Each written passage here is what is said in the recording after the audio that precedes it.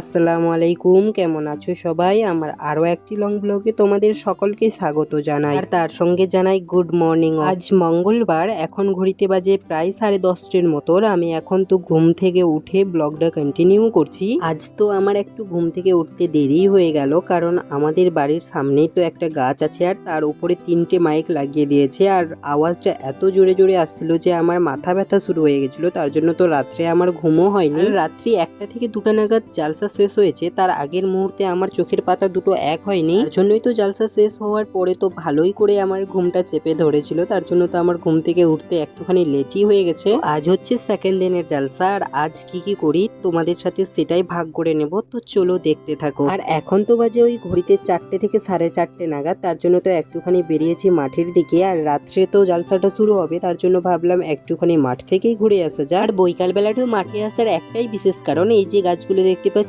এগুলো সব হচ্ছে ফলের গাছ, আর এখানে লাগিয়েছে তো ফলের বাগান, সেটাই দেখার জন্য আমরা এসছি মাঠে। আর এই সুন্দর বাগানটাতে আমি যেসব নিখুঁত ভাবে দেখবো সেসব তো তোমাদেরকেও দেখাবো। আর এটা দেখতে পাচ্ছ এগুলো তো হচ্ছে মৌসুমী লেবু। যেহেতু গাছগুলো মাঠে চাষ করা হয়েছে, তার জন্য তো পুরো জমিটা ঘেরে দিয়েছে এই সরু সরু লোহার তারগুলো দিয়ে। আর ওই যে দেখো একটা মৌসুমী লেবু হলদে হয়ে আছে। আমার পেছনের আকাশটার অবস্থা দেখো কি সুন্দর, তাই না? এটা তো হচ্ছে কাগজি লেবুর গাছ, আর দেখতে পাচ্ছ গাছটার চারপাশেও লোহার তার দিয়ে ঘেরানো আছে, যেন কেউ হাত ঢুকেও ছিঁড়তে না পারে। যতই লোহার জাল দিয়ে ঘেরা থাক না কেন, গাছ তো গাছের মতো করেই বেড়ে উঠবে। তার জন্য দেখো লোহার জালকে ফাঁকি দিয়েও তো গাছ বাইরে বেরিয়ে চলে এসছে। আর তোমরা এদিকে দেখতে পাচ্ছ কত বড় জমিটা, ওই যে দূরে দেখতে পাচ্ছ খেজুর গাছগুলো মাথা উঁচু করে দাঁড়িয়ে আছে, সেটাও তো এই জমিরই অংশ।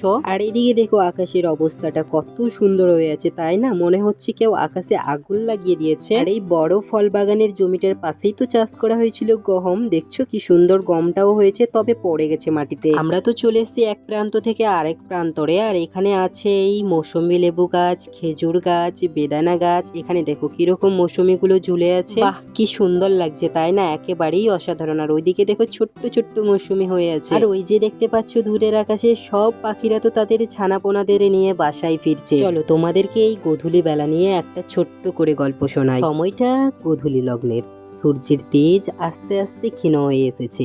পরন্ত বিকেল, রক্তিম আলোর আভা আকাশ বিস্তার করেছে চারিদিকে।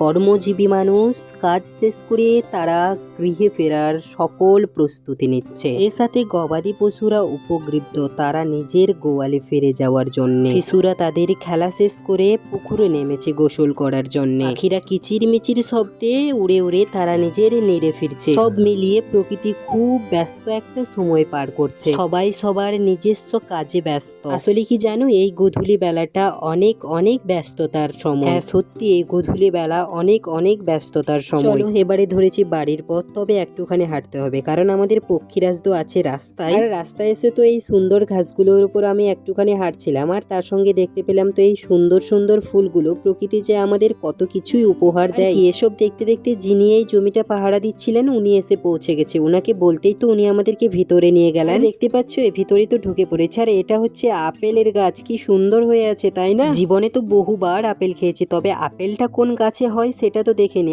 আজ সেটা প্রথম নিজের চোখে দেখলাম। আর কি জানো, বাগানটা বাইরে থেকে যতটা ভালো লাগছিল ভেতরে তো ততটাই ভালো। তো চলো তোমরা দেখতে থাকো এবার।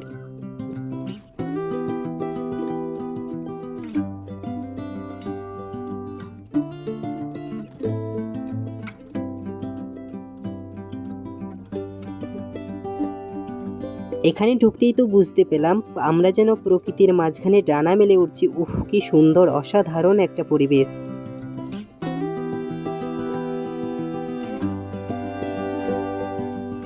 আর জমিটা এতই বড়, যত হাঁটছি তত মনে হচ্ছে জমিটা আমাদের সাথে আরো এগোচ্ছে, শেষ হওয়ার তো নামই নিচ্ছে না।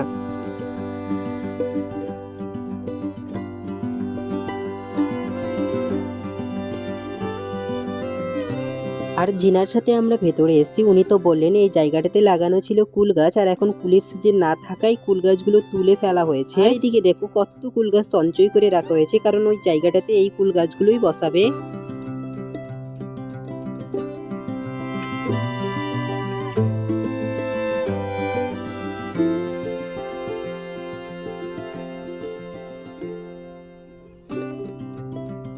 আর এদিকে দেখো খেজুর গাছে কি সুন্দর ফুল হয়ে আছে, আর উনি তো বললেন কিছু মাসের মধ্যে তো এই খেজুর গাছে খেজুর ধরবে।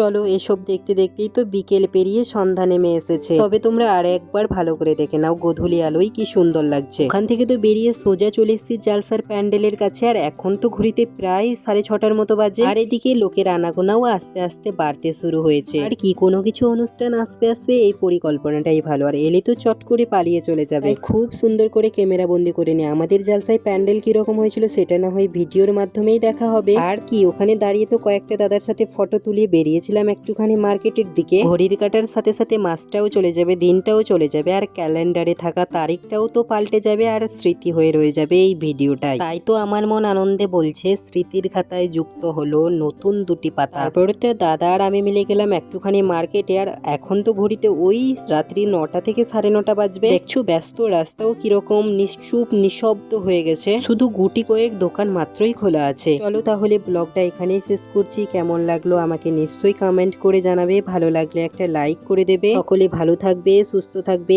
দেখা হবে খুব শিগগিরই পরবর্তী একটা ব্লগে।